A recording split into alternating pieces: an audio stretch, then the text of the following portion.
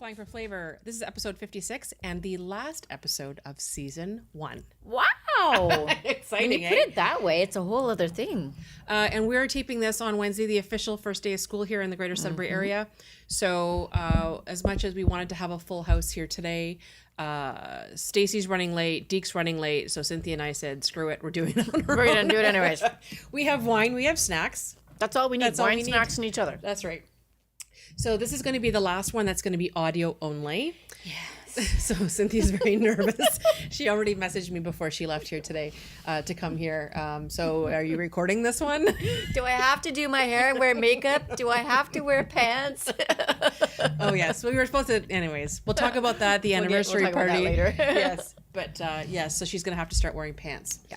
Well, and depending on how we set up the Actually, video no. Look, based on what our little preview was earlier, I may not need pants, so it's all good. You just have to get in and out of your vehicle. There is that. Our priorities are funny. So what we're drinking today, if you follow me on social media right now, I'm all into Chilean wines because I was in Cuba. Every time I go to one of the Caribbean resorts, especially if it's Spanish owned, I am on the hunt for South American Syrahs. We don't get as many of them here in Ontario for some reason. I don't think they ship a lot of them here, but when you go to resorts down there, Cuba, Mexico, whatever, I'm noticing that more and more there's a lot of South American, Chilean, Argentinian wines, sometimes a lot of Spanish ones. And the South American ones, they actually have the Syrahs. And a lot of them are the big producers, but the Syrahs are not what they send here. So they send their Cabernet Sauvignon and Right. the Pinot Noirs and everything else, but they're not sending the They're Syrahs. more commercially exciting. Yeah, and I don't mind Australian Shiraz, which is the same grape varietal, but I always find because it's a little bit different. I find the Australians like there's a bigger, bolder. Yeah. Those are my big teeth stainers. Yeah. So the South American Shiraz, I find, even though there's probably a slightly cooler temperature there than it is compared to Australia, but I find I still get the flavor of the grape, but it's not as in your face. Not to slap you in the face. Yeah. So this one is, I just found it at the vintages section, which I was really impressed with, especially because it was under $20 a bottle. Oh, nice. I know. So it's Mancura Gran Reserva. So if you remember from previous episodes or any of my classes, Gran Reserva just means that it's been held in oak for longer, usually than about 3 to 4 years. So Gran Reserva probably in Chile is looking at about 5 years in oak. This is actually a blend of Syrah, Cab Franc, and Merlot. So it's going to be kind of well-rounded. It's easy drinking. I don't find it very harsh, which is nice, especially for 2014. So for fans of Chilean wines, how would a Syrah compare to something like a Tempranillo? Tempranillo is going to be a little bit more like a bite, like a little spicier, whereas this is going to be a little smoother. Got it. And one of the other cool things, so the other favorite grape varietal that I'll feature probably at another show is a Carmenere. And Carmenere, of course, is that's Chile's, I guess their their famous grape that everybody kind of knows about. Okay. And I really do love them, especially when you get some of them that are kind of smoky in I don't taste. think I've ever tried one. Oh, it's good. Okay, well, now That's it. now we know it's coming. Challenge accepted. so I like to expose you to all these new things. So anyway, I just thought, fall is here. And as much as I've been kind of pushing like beer and cocktail things and, lighter stuff, now that the fall is coming. Rainy, cooler weather's coming. Yeah, and everyone's doing pumpkin everything. Good Lord, I know it's early yet, so I'm kind of anti-pumpkin, but things like squash and all that kind of stuff is really going to be starting to come around. And I really like a good red wine with things that are squash-based and low, slow, and braised meats. And yeah, so I'm just thinking pork and Yeah, I'm like with my pumpkin spice latte, I like a nice side of a red wine too. pumpkin spice lattes. I just never. I mean, I like the smell of pumpkin spice, but I just don't understand this obsession with pumpkin spice. It's always been my favorite. So mine's not even a bandwagon thing because that's the biggest thing, especially my teenagers like, oh, Mom, you're so basic with your pumpkin spice and your Uggs. I'm like, my feet are always cold, hence the Uggs. Yep. I said, and pumpkin pie has been my favorite since I was a kid. Like we said on a previous, when we did our Thanksgiving episode last year, it's like, it is my all-time favorite meal. So pumpkin spice, one of my favorite sweets. So it just blends really well in my world. That with a chai, because I love a chai tea. So do I. Pumpkin spice chai latte. Oh, good Lord. Oh, yes, my friend. And a glass of red wine on the side While you're talking about this, I'm actually going to take a picture of that of the bottle. of the bottle, so that because people sometimes always ask me like, how come you don't post pictures of the bottle? I'll crop out Cynthia with. Get my boobs out of the way. She can't see her. There we go. Okay, so I do have snacks today because we are having a meeting after this, and that was part of my industry updates. So our industry updates for this episode is actually about our updates. So first comes first. We are going to be finishing season 1 and we are starting season 2 officially on September 14th. It also happens to be my birthday. And when we started this podcast a year ago, had a party then, and I thought I want to have another one. Yeah. And I think because we're going into a video format, I think it'd be kind of fun to sort of bring together people who've been listening to the podcast in the last little while. Have some drinks, kind of get out in the community a little bit. So, of course, our friends at Finn McCool's here in Sudbury basically are letting us come and rump rampant through the whole place. Coming to take over Finn McCool's. You're taking over Finn McCool's.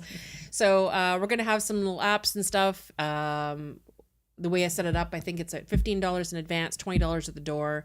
That's just to help cover our costs. We're not trying to make any money on this stuff. We're going to have like a little appetizer buffet in our section.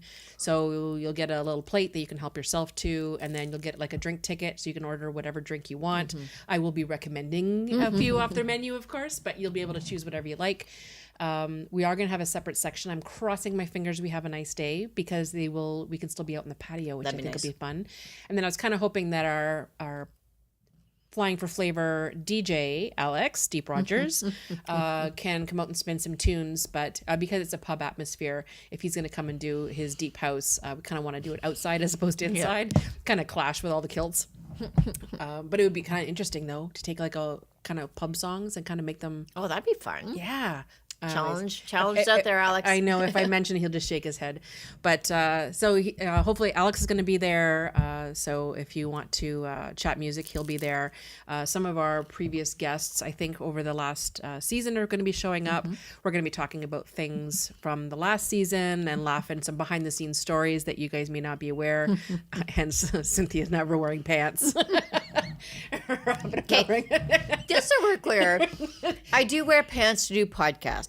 I just don't wear pants at home. She works at home. So this whole thing of having to come and work out in public with video cameras is a whole new world for her. It's a little stressful. It's a little stressful. So the whole pants thing, and then some of the other laughs that we've had, and food and wine, and trying to play around with microphones and all the technology. So we're learning as we go, and we appreciate everyone's patience. So we thought it would be fun to kind of be completely transparent how all the stuff works. Because we're pretty transparent already, but we'll dig up some stuff, I promise. Yes. So next season, of course, everything is going on YouTube as well. So you'll be able to follow on YouTube as well as listen to it on your podcast players.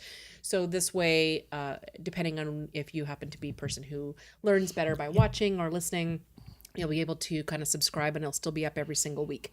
So, yeah, I'm excited about it. I think it'll be fun. So I'll put a link to how to get the tickets on the show notes. And of course, the show notes for this episode are stephaniepichet.ca/flavor56.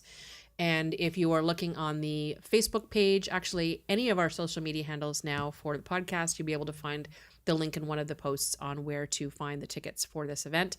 Again, it's at Friday, September 14th, Finn McCool's South End. I haven't talked to Bev yet. I know that some people were inquiring right at Finn McCool's if they can purchase tickets there. She's just got to figure out a way to how to punch them in separately somehow or whatever. But just drop in and ask for Bev, and she'll set you up and figure out how to do it.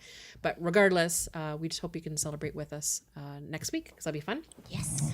And then the other thing, I made some snacks for today, which I'll include the recipe link on there too. So they're just easy puff pastry pommiers or spirals. Very yummy. Yeah. So basically, it's called cleaning out things out of my fridge and freezer. So I took the same puff pastry and I rolled some with goat cheese and my rhubarb compote that I just made the other day. And then I did some other ones with spinach and 2 different kinds of cheddar and a chipotle chili seasoning. So they got a little bit of a bite, so that'll go good with the red wine. And then the other one is raspberry goat cheese with black pepper. Again, a little bite I think would be good with the Which incidentally, pommiers like this would go great with our theme for our show today. Oh yeah, that would be a good idea for kids. Lunches. You do little pinwheels with ham and cheese and stuff. Yes. Actually, Alex would tell you bacon and cheddar is really good in these. Yes, I bet it would be. He can use his excuses to sneak bacon into everything, but of course he's much older to be talking about school stuff. So the funny thing, I was telling Cynthia earlier that I messaged Alex and he didn't hear me. So if you haven't listened to previous episodes, my son's 27. So he's been out of school for a long time. But I feel a little left out watching all these moms posting all these amazing pictures of all their kids on their first day. So I messaged Alex and went, can you please send me a picture so that I can post it on there? And he works for Coca-Cola, which I think is even funnier. So if he was wearing like his Coca-Cola sales shirt, oh my God, like standing at his front step. I would be that one. So my son is just under 12 years younger than your son because he's 15 now. He'll be 16 in a couple months. And I was saying today, I would probably drive to his house somewhere to take the picture so I could post it. I'll be that mom from the I Love You Forever book where, she's like driving over and climbing up to tuck him in. I'm sure my son's future wife won't mind at all. I just thought of how funny that was. That would be. Anyways, he hasn't answered me yet. Like not even an LOL. So he's got me on ignore, obviously. But so yeah, it's these school lunches. So this recipe is really easy. Any puff pastry will work. I usually try to recommend the PC brand only because they are pre-rolled, so it's all even. There's 2 rolls per package, so you don't have to take out one at a time. I have some of that in my freezer now. Yeah. So if you unroll one, and then I always say to have some kind of cheese included in it, and it's only because you need something that melts to stick everything together. Correct. So you can use like a goat cheese, you can use grated any kind of cheese. If you have the pre-shredded stuff in your pantry, cheese slices tend to be a little too oily and don't melt quite the same. Something even like for kids, if you have something kid friendly, do like a marble. Mm-hmm. That the kids would really like. Yeah. So basically, and then they can kind of pick out what else if they want fruit, if they want great vegetables like I did spinach. Yes, you can put bacon. You can do a combination of things, and it's something that's really easy for them. So once you spread it out and sprinkle it all over the puff pastry square, then you're just rolling up one side to make spirals. And if you roll both sides that's what gives equally you the palmier that gives you the palmier shape. And I'll post a picture of this as well. I did it on social media earlier today, but it's one of those recipes that back when I was doing cooking classes around Christmas holiday season with talking about hors d'oeuvres and stocking your freezer with certain things. I always recommend to put puff pastry in there because sun-dried tomatoes goes really well. Pesto goes really well. There's sometimes you have chutneys and things in your fridge or your pantry. All of those things make great fillings for this kind of thing. For the kids, you do like tomato sauce and mozzarella and pepperoni. Exactly. It's like pizza stuff. Yeah. And the cool thing is that to slice them so they keep the shape, I pop the roll in the freezer for a good 15 minutes or so, depending on your freezer, of course. And then you can actually just leave them in, let them defrost for a few minutes. And then all you have to do is like slice and bake them. Right? Nice. Just put them on like parchment paper or a silicone mat or something in your oven. I did mine 375, depending on how thick you cut them, 375 for 15 minutes or something like that usually does the trick. Nice. Yeah. And so I like the idea that you can make them as you need them. And this way, if you wanted to make a bunch of them, especially if you get later in the fall, all the puff pastry and the PC products and that kind of stuff tends to go on sale. Yeah. Prepping you for the holiday season. And you got to buy it before they clear it off the shelf as well too. Not that because they get sold so quickly at Christmas time. Yeah. So just buy it all and throw it in the freezer and then you'll always have something that you can use for it. So they make kind of cool little snacks. And yes, they're good with wine. Yes, they are. So the other thing, the reason I did that is right after we take the podcast, we are also, she's so excited, we're having our first team meeting of Legacy Service Academy. So, I think we had a feature on CTV Northern Ontario today about it. Northern Ontario Business is doing a feature about it. We're getting a lot of great social media feedback from it. Some of my old students that are coming back for it. So essentially what I did was basically sat around and drank with Cynthia. And we were crazy things happen when we drink together. Stacey, actually, usually it's always before or after these podcast tapings. And as much as I had my usual classes that were going to be starting up again in the fall, and I was going to look for different venues to kind of spread them out around the city of Sudbury, I didn't want to do the standard home cooking classes anymore. And it's not that I didn't like doing them, is that I figured that there was more of a need, and I'm getting a lot of requests for very specific things. Yeah. So not just general date night, 3-course meal things anymore. People were looking for, I want to learn how to do sous vide. Mm-hmm. I want to learn how to make French macarons. Mm-hmm. I want to learn how to make use puff pastry appetizers as an example. And sometimes it's people who are actually working in the industry who maybe have only ever had a certain style of menu at their restaurant, and they're trying to branch out into something else. And they're like, oh, I wish I had time to learn how to do that. And as much as, yes, the culinary schools and there's online things, to be able to come in and learn only what you need when you need it, I think is going to be an easy way to sort of broaden your horizons a little bit. And I'm kind of hoping that we're structuring the classes now so that they are going to be both inviting to people who maybe just foodies who want to learn more for their own personal use, and then for those who also are in the industry and just want to brush up and increase their professional techniques, just so that they can do better in their career, get their business going, or especially for people who may just want to learn a bunch of things because they're starting a business, right? Starting a restaurant, cafe, catering business, whatever. So I'm going to have classes on divulging all my secrets on starting a catering business, on how I started and all the tips of what to do and what not to do, because I've done it all. And then I'll even have some detailed follow-up classes on that afterwards, like designing catering menus and pricing, how dealing with clients, working with weddings for catering clients, that kind of thing. And then I've got the rest of the podcast hosts are also taking part. So if you've mentioned, not only is Stacey our local travel agent, she also happens to be a pastry chef, which has been handy. So she's actually going to be doing a lot of the pastry classes later this season as well. So she's going to do a class on French macarons. She's going to do a class on sugar art for doing all the fancy stuff with desserts and cakes and stuff for those who like to do that kind of thing. And a couple of other little tricks here and there. Some of the classes will be hands-on. Some of them will be demonstration only, depending on the venues that we get. Cynthia, of course, you can talk about a little bit about your business and sales courses, because you got a whole lineup happening this fall. Yeah, mine's kind of really more varied, because I've got my business side of things, so like customer service and sales and some leadership stuff and kind of managing employees and how to work with people and that kind of stuff. But then also from the kind of event side, from working with event clients, working with wedding clients again, because they are a unique breed in themselves, to some special interest stuff too around tablescaping and light decor for parties, because a lot of people, when they like to do home entertaining, or when you're doing like a more formal kind of event, either in your home or in your business for like a staff party, you want to have something pretty on the table, and everyone looks at it and goes, okay, they look on Pinterest, they run away screaming because I don't use a glue gun, or these things look so expensive. And so it's kind of like to demystify tablescaping a little bit and give you some ideas for kind of the different holidays and the seasons to make your table look pretty while you're entertaining as well too. And I'm just thinking, even in some restaurants, to learn a few tricks and some of the things that might be out there that you can, set up a display table at the entrance to your establishment. Exactly. Things like that. So we're always going to be combining that personal and professional aspect to it, so that everybody has a chance to learn something. Yeah. Pardon me, I got that pommier stuck in my teeth. I was so excited. I think I bit my lip. Oh my gosh.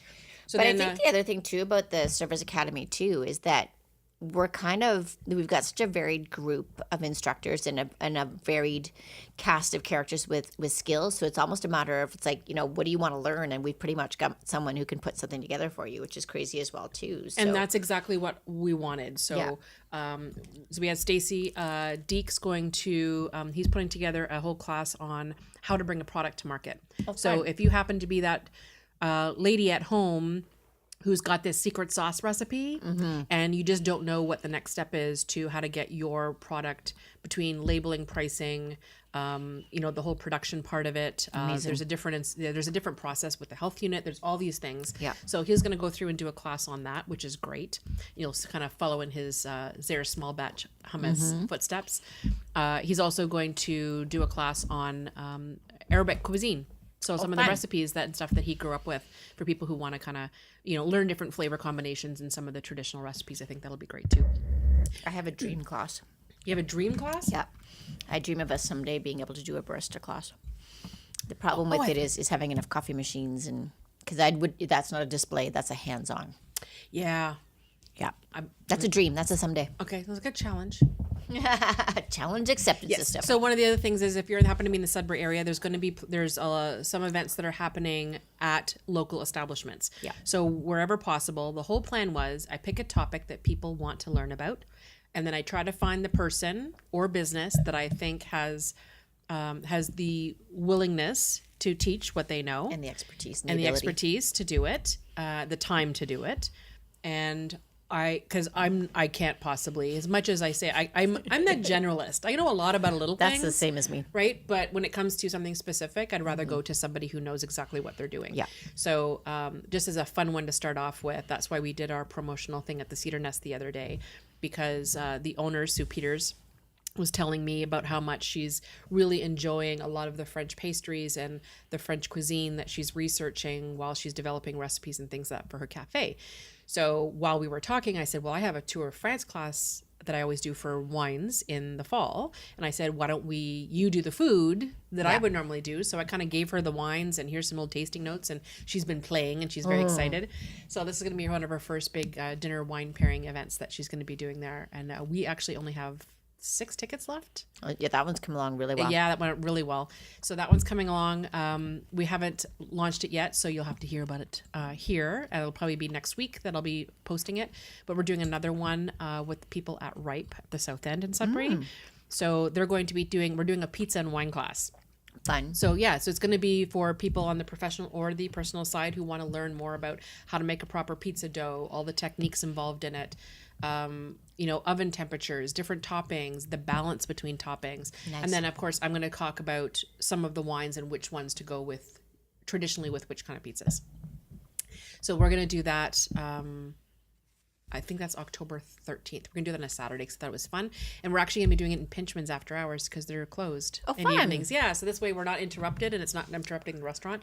So that's going to be another one. And then I have some other ones lined up that I'm talking to so everybody's got their thing, right? That they're really good at and every restaurant has. And I think it's also going to be a way for people in Sudbury to kind of maybe check out a different restaurant and see what kind of talent that these entrepreneurs have and their kitchen team have. I think it's cool. Yeah, there's a lot of guys in the kitchen that don't really get to play as much as they'd like to sometimes. So this is kind of going to give them the opportunity to do that. So that's what we've been up to. So if you want information on the Legacy Service Academy, since all 4 of us are a part of it, feel free you can visit directly to legacyserviceacademy.ca. It is also found in the top menu at stephaniepichet.ca, right where you found the show notes for this episode and all the other ones.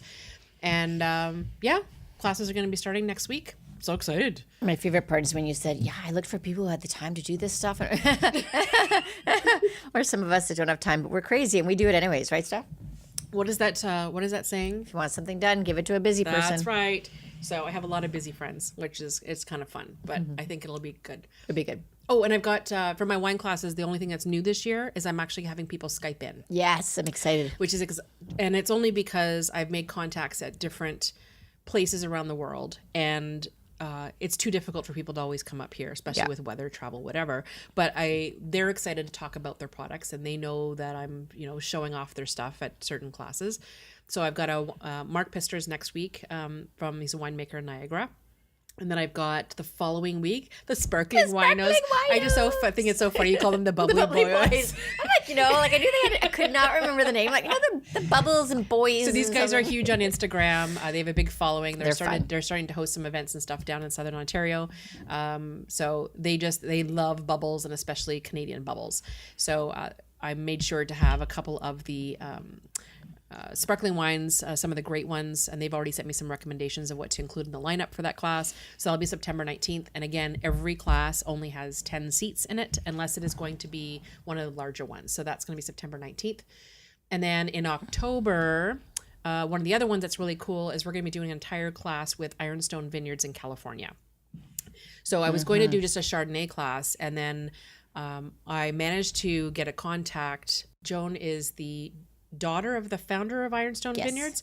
So she has agreed that she's going to be Skyping in. And I said, because she's taking time out of harvest season to spend time with all of us, that I thought it'd be great to kind of give her a whole class to show off everything. Awesome. So we're going to have an entire Ironstone lineup. So if you love California wines, we're doing the whites, we're doing the reds, and you'll be able to have some Q&A directly with the winemakers themselves, which I think will be a lot of fun. I think I'm just going to move into the studio.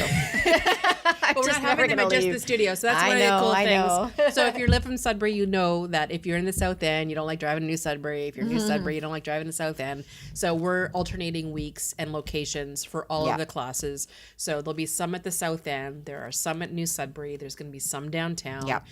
Eventually, if we start knowing that we're getting a lot of requests for the outlying areas, I'm happy to look at venues out in Lively, in the Valley, in Garson, Azilda. Like I'm open. Coniston, Wanapete. Yes, I'm open to suggestions. And of course, just like any of my other wine classes, if you have a group of 8 or more and you're looking at having a private class, feel free to send us an email and or direct message me on any of the social media things, and we're happy to set that up for you. If I have to put Cynthia in a car with pants to send her to I will you, wear pants to come to your house, I promise. It's only at my house I don't wear pants. yeah, good to know.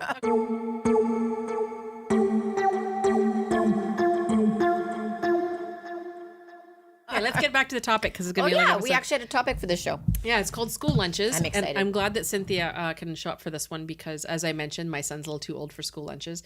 And I think back on it, he kind of made his own lunch, and it was partly because it was always a battle with us. Yeah. He wasn't a big eater at lunchtime. He's Yeah. a snacker. So for me to give him food that he wasn't eating, it was just seemed to be a waste. I was messaging with, I put a shout out actually on Facebook today, asking some friends of like what they fed their kids today, and I got a lot of chicken. Chicken seems to be a pretty Chicken big. salad, eh? I Yeah. laughed because like half all of my friends who commented, yeah, they starve. It's fine. Well, my brother's the one that commented that McDonald's delivers. McDonald's delivers. Yes, I know, ass. Anyways, I just laughed because I figured I know damn well that his kids are not eating McDonald's, so I don't let him fool you on that one. Yeah. So Amanda was talking about how she actually makes homemade Lunchables, and her kid, and Yeah. and she goes, "Oh, he's lactose intolerant, and he thinks that his mom's the coolest ever because she makes Yeah. homemade lunch." Alex never let me make homemade Lunchables. Well, that's the funny thing because I was going to launch because this is a hugely passionate topic for me, and I had a bit of a giggle. I'm like, I don't know how this really fits in food, wine, and travel, except that making lunches has driven me to drink for years. And I think a lot of moms feel that way, that after you have the lunch fight, it's like, where's the bottle? Because I'm done. yeah. And so my kids are older now. They're 16 and 14. But they've been making their own lunches since they were 6 and 7. And that is because I got tired of the lunch wars where you'd pack, like you would blood, sweat, and tears. Like Stephanie asked me for recipes today. I'm like, I'm not sharing recipes. I'm sharing like survival tips because the recipes are great, but you actually care about them more than your kids do a lot of times. Like when you get into these really intense things and, complex kind of muffins and stuff you're making, at the end of the day, you're doing that for you. And I'm getting real now as a mom, and I love it. I think there's some really amazing moms here who are working really hard to get their kids carrot I'm zucchini amazed at muffins some of the with stuff that icing they're and stuff. talking about. I'm like, what? And I'm like, honestly, that's for you. So what the kids are looking for is something fast, something easy to eat, something that tastes good, and maybe might make them look cool. I was just going to say it's not going to embarrass them in front of their friends. Exactly, right? And I remember, and I think it first touched on me as a big topic and a big hot button for me when my son was in senior kindergarten.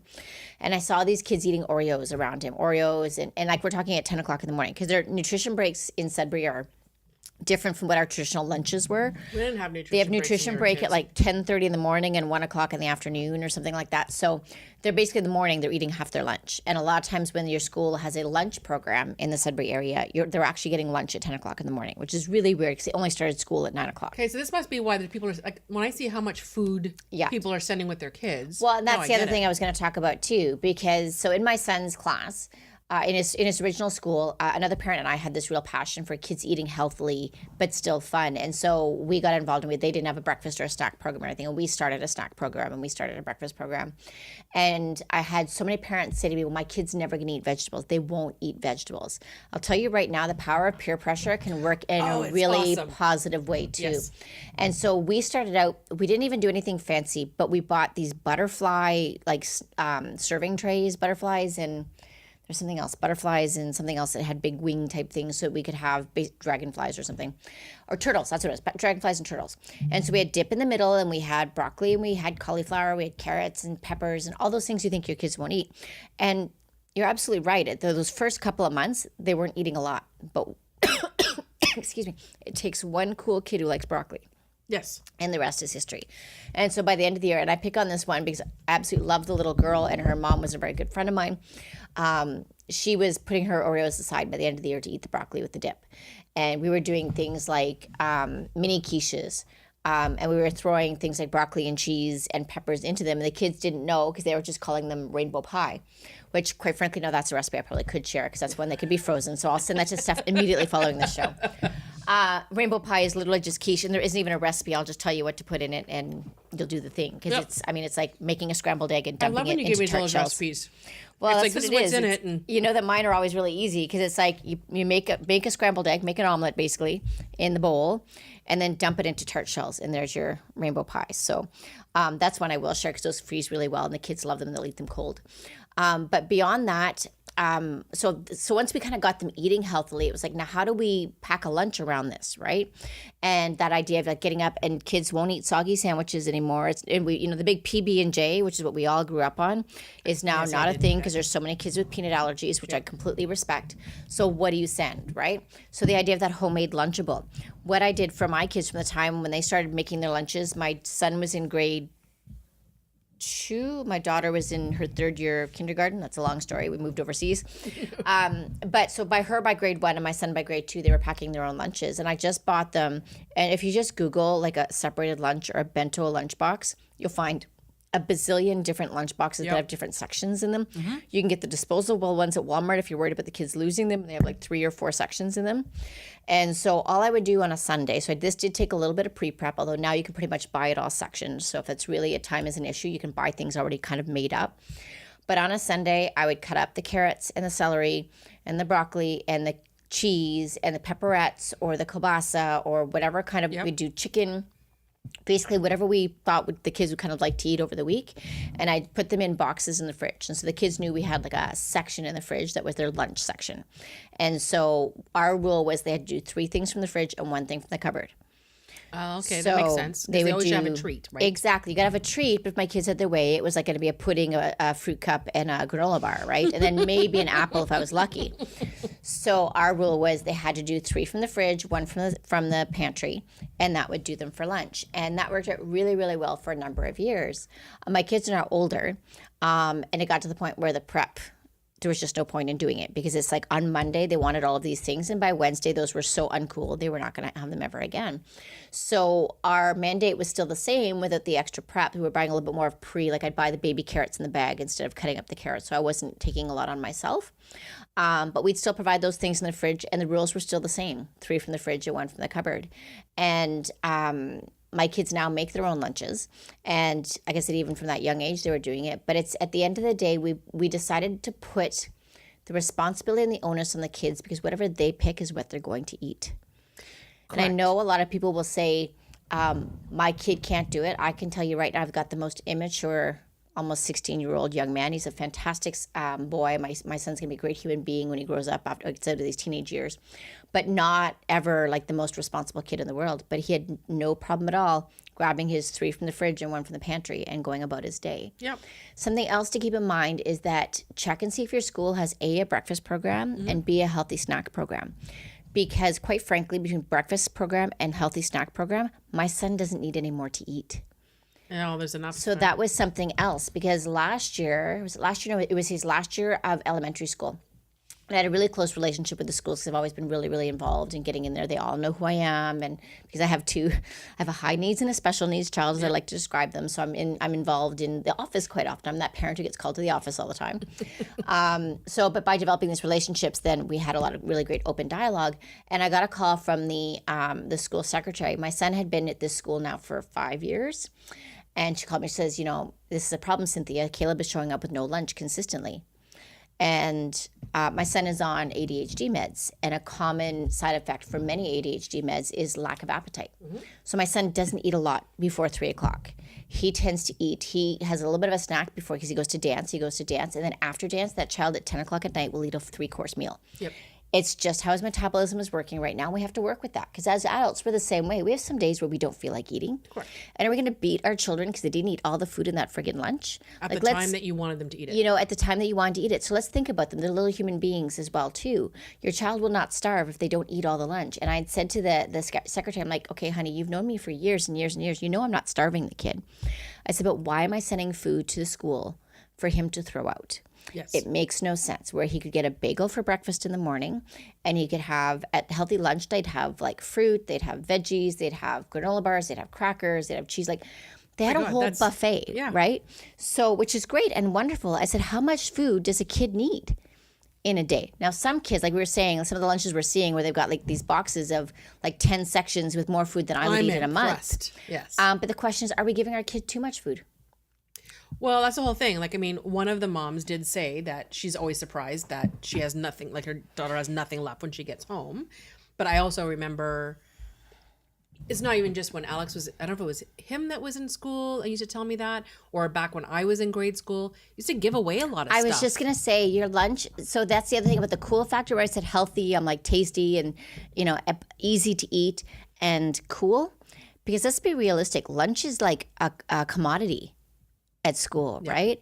And I remember every day, I mean, I even bless my parents. My mom was not a super creative in the kitchen at all. I even remember the crap lunches I had, to be completely honest with you. Probably Lunchables a lot. My mother was opposite. You know, so I had none of those fancy things at all.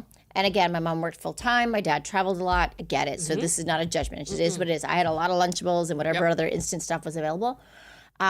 My girlfriend had a very traditional Italian background, and her mom sent her to a school with either a capicolo with provolone sandwich or a Genoa salami and provolone sandwich. Now, I had never ever tasted these magical foods before in my life. So I would say, oh God, half the time at least we were switching lunches every day. You know, my daughter would come home and she's got all these wrappers for this crap in her bag. I'm like, what is this? And I'm not going to say what they are because I don't want anyone to feel judged by me saying that this food was crap. But just not food that I would give my child for their lunch of my own choice. And she was trading her healthy stuff for this crap food. So then I kind of go, well, at least I know these other kids who may not have the opportunity to get these healthy things are getting them as well. So my suspicion is that these really big lunches that are disappearing, there may be some trading going on, which is fine, which is okay. I mean, that's part of as long growing as the food's up not being wasted. That's was my thing. I mean, I used to hate. And that was where we had the discussion where we got Alex to start making his own lunches. When we'd come home and all the, you know, like the school bag, there'd mold. be stuff sitting on the bottom for like 2 days. It was gross. We've had 2 school bags destroyed by rotten fruit. I'm not exaggerating. I know. We could not. The fruit, We had a rotten peach in the bottom that I found, and it was full of fruit flies and mold that we could not get the smell out. And this was when my kids were overseas, and the school bags were part of the uniform, and they were like $150 a school bag. Oh my God. So that second one, my child, I'm not kidding, he used from grade 2 because it happened in that first year of school, and he used it all the way until like grade 8. I finally got him a new school bag for high school. I was like, you're using this forever. I spent $300 on school bags. You are never getting a new one. But my daughter's at school, like I went to help clean out her desk. I always stop in twice a year to check on the kids' lockers and desks because unfortunately, I have those irresponsible children. And the mold I found in my daughter's desk, and I lost my mind on her teacher and used a bit of a scientific misfact. But I'm like, she's allergic to penicillin and she's got mold growing in her desk. This can't be good. But if they're not going to eat it, like why shove the food on them if they're not going to eat it? And this was my thing with my son when I was finding lunches in his locker. I said, I'm not going to send you with a lunch. I know you go to breakfast program every morning because he's at school a half an hour early. And I know that healthy snack program, because that's another program in that second school that he went to. I also was part of instituting the snack program there. I said, I know what you get for snack program. It's more than you eat in a typical day. So he agreed. He's like, yeah, Mom, there's no point in sending me with a lunch because I don't need it. Then if he gets hungry after 1, he's home by 2:30 anyways. Yeah, exactly. And they get home so early. That's why I never understood it either. So that was our thing. So I guess my like, you know, mom in the trenches with all the battle wounds kind of thing is keep it simple. Don't stress yourself. Yes, like take the odd occasion to, like, I had all of the cutouts where you'd put use like a stamper you put in your bread to make the sandwiches shaped like butterflies and Oh, hearts. sweet mother and God, I did not do any all of that. of the things. Alex, I've done it Alex all. is probably just like rolling his eyes going, oh my God. Okay, I did have, so let me clarify. I did have 3 years where we lived overseas where I was a stay-at-home mom. Yes. So I did not have a full-time job outside of the home. My full-time job was volunteering at the school and being a mom. So I had the time in that. So that's something else I'd like to clarify. Full-time moms have at it. Working moms, don't put yourself through that shit. No. Don't do it. Like it's a nice to have and not need to have. You can have the same impact with a little "I love you" on a napkin and slapping it in the lunchbox, which the kids love, by the way, even when they're 16, almost 16. You have just the same impact as doing that as you do by making these entire like works of art in the lunchbox. If it's fun to you and you love doing it, go for it. nuts, Go on yes. Pinterest, go creative lunches, and you'll find all of the things you could possibly want. But let's not feel guilty and let's not judge each other. Like, for that mom that is throwing fruit gushers, a Lunchable, and, a can of pop in the lunch, maybe that's what she had that day and that's all she had to work with. And that's okay too. But there are some simple, easy ways to give your kid a healthy lunch without stressing it. And I think the guilt factor is part of it. I think I remember, and just for the moms out there who may be feeling guilty that they're not giving their kids the homemade whatever. Yeah. I was one of those kids that my mom, I forget how old I was when she stopped working and she was at home. Yeah. Because she used to be a nurse and then she was always working graveyard shifts and it was getting too difficult. So she ended up staying home for a few years. And while she was at home, and then of course, and she was always in the kitchen, and of course it saved money. Yeah. So she was always making everything from scratch. I mean, we had like eggs for breakfast in the morning. Yeah. Like it was the whole It's deal. the same thing when I was a full-time mom. And I was actually almost embarrassed. When I think back on it now, I laugh. That I was embarrassed that my mom would make like homemade desserts and homemade cupcakes because I would come home and want those damn Hostess cupcakes Exactly. that everybody else had. So you trade your Right, really the fancy Joe homemade Louis. stuff for Joe Louis and Wagon Wheels. Yeah. Oh, which I couldn't eat. So, and a lot of it was too sweet. And that's the whole thing is that I still to this day do not eat a lot of desserts and sweets. Yeah. And it's partly because I never had those packaged desserts. I always had, right? So if she is making cupcakes for something or with someone's birthday, there was leftovers. So this is a really cool tip. So if you have Yes. icing on a cupcake, she used to cut the top off and turn the top upside down Yes. inside the base of the cupcake and then wrap the whole thing in Oh my saran God, your wrap. mom was doing that 100 years ago? Yeah, it wasn't 100 years ago. That's That why was you a little dig dig at Steph, who's only a couple years older than I am, but it was worth it.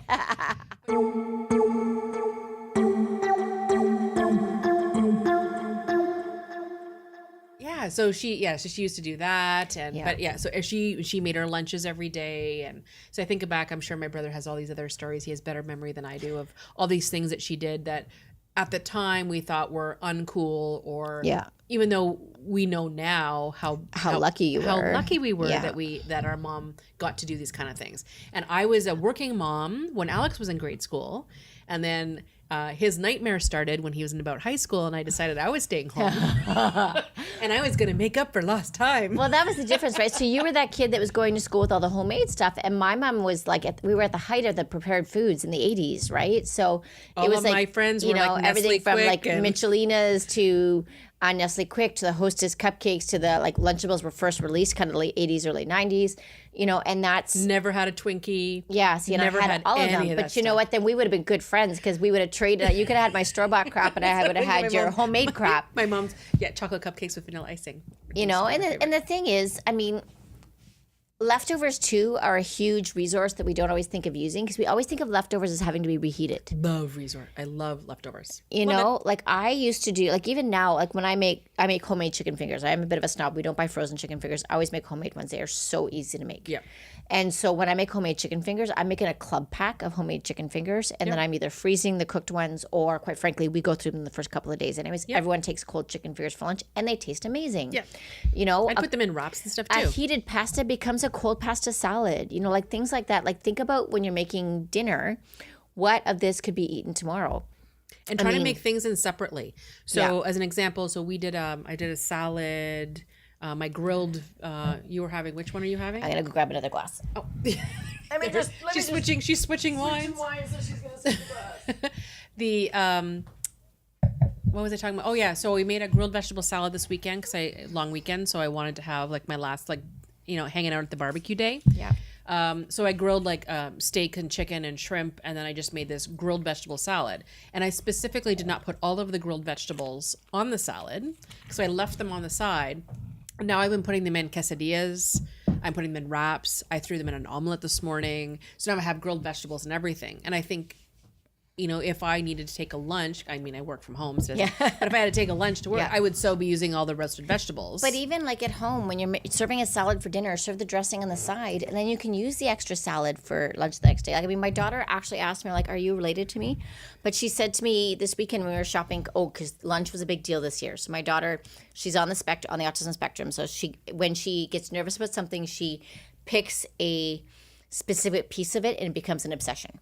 She wants to control it. That's how she deals with when she's nervous to do something. And so this year it was her lunch. And oh my God, she's been talking about her mother trucking lunch for the last week.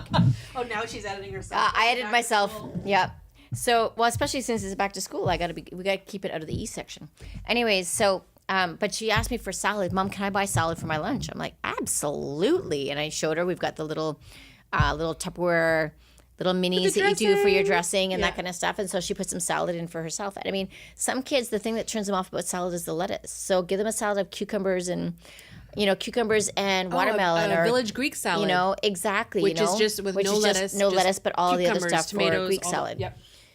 So, and I mean, again, the more you involve the kids with it, the more invested they are. And that is the number one thing. And it's not just going to the grocery store and having them pick out the things, because they do get quite fickle and they change their minds, but letting them choose what goes in there.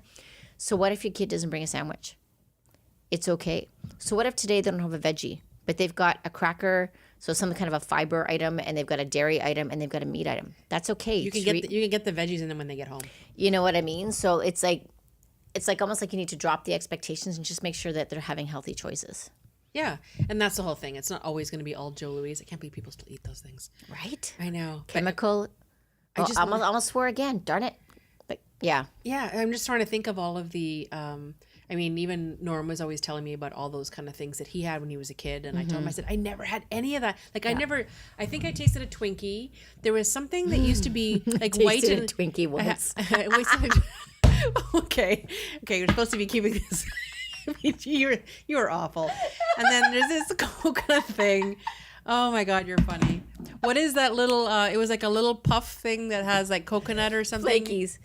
Is No, it, not Flakies. No, No, it's like, Flakies had the jam in them. yeah. So this is like a coconut or something on the Was outside. that the pink one? Yeah, and it was, Yeah. I don't know some what that kind of is. snack cake. I don't know. But anyways, they were always. If I couldn't figure out what it was, I couldn't understand people wanted to eat it. But I think Like the back little now, Debbie's cakes. Yeah, and some of my friends in grade school, that's all they had. Yeah. They'd have that in a can of pop. Yeah, that's what I mean. I mean, like, and so here's the other thing too. When it comes to breakfast programs and snack programs, more and more we're seeing that it's not like you have to have a criteria to go to them. They're open to everyone, and that's something that someone had said to me once, because I gave up on, like, we stopped doing. I mean, I have breakfast things in the house. So I have bread, I have jams, I have muffins, usually bagels. We have eggs, and we have cereal, like fruit, all the things that they might need for breakfast. But I never make breakfast an issue in the getting ready for school rush. And my friends are like, well, what do you mean your kids go to school without breakfast? I'm like, Sometimes. yeah, often. But you know what? Their schools both have breakfast programs, so they can go to a room and get a full hot breakfast every day. So let's not judge the kids who are going to breakfast program, because my kids, it's not a financial thing, it's a time thing. And if they can get breakfast there and have access to it, and that's what the funding is for, when these breakfast programs are funded, it's not like you have 25 families in your school that qualify, so we're going to give you 25 kids worth of food. They feed the kids up to the amount of volume that they need here in the Sudbury area. So Sudbury area specifically, not a thing. Like, anyone can access those programs. Yeah, Alex went through that a couple times, and I remember at the very first time when he came home, and he told me he used to brag. I went to breakfast program, and you're he like, did because that was the one meal of the day. That's why I didn't bug him so much at lunch, because that kid could eat like a 3-course meal in the morning. Like, he was a breakfast kid. He still is. So it was this breakfast in the morning, and then he'd go to school and he'd eat breakfast again. Exactly. Because one of his friends, So they've had 2 meals before they've even hit lunch. one of his friends had to go to the breakfast program, and he always went with them. So he'd Exactly. come home and he's like, "Oh, he goes, oh yeah, I didn't eat much of my lunch today because I had French toast when I got to school." And I went, "Oh, but you didn't have." You ate French toast when you got to school?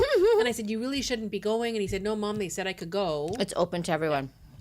Those are back in the days when I said it was fairly a new concept or whatever. So I wasn't understanding what it was. Exactly. But I mean, it's kind of a cool thing now. And I think back on I mean, just to get like the food in him because he was a breakfast eater and he did It's not, hard to do when you and got to he get did them not out. function when he was not eating. Like morning was his thing. Like, he You know, needed to eat. Bailey's bus gets her at 7:40 in the morning. You know, I know. I don't function sometimes. I actually, if I can get up early, I'll do that. But anyways, I was really impressed with some of the lunches and stuff today. It was kind of a cool thing. So the only other thing I was thinking, we talked about getting the kids to participate in their lunch preparations. My other thought is, I think you need to take them grocery shopping. yeah, that's what we did this weekend. Yep. So aside from you just buying the stuff, Yeah. and then maybe wasting money Yeah. because you bought the wrong stuff and the wrong Exactly. brand. Sometimes Yeah, it's the you wrong bought the wrong bologna, or if you do buy the damn Lunchable when the kid you finally cave and get the kid a Lunchable, it's not the wrong right Lunchable. Yes, I know. Alex still probably doesn't forgive me. Probably has nightmares. It could be an entire Oprah show. I have to admit- Alex's mom never gave him Lunchables. I have to admit, I stopped buying Lunchables the days they started putting candy bars in them. Well, I didn't understand. Like I used to I remember having the conversation with them. Like they were like Ritz crackers, and it was like cheese slices, but cut in squares. And then there was like kielbasa, and then there was always like a little chocolate little cookie that he never ate anyways. And I went, I have all that in the fridge. Not the same because it's not like disposable, and it's yours is too much healthy stuff in it. It's not crappy enough. And it's because all his friends had the Yeah. other one, and It's that a was status thing. It was a status thing. So I get at that. And then the only other thing I want to talk about was waste, because again, it really bothers me with the food waste thing. So right now, I know we have the foodrescue.ca program. You've done an entire episode on it. So I'm thinking about they had a policy. I know at some schools, and I don't know if it's just a school board thing, where whatever you didn't fit, everything has to go back home with you.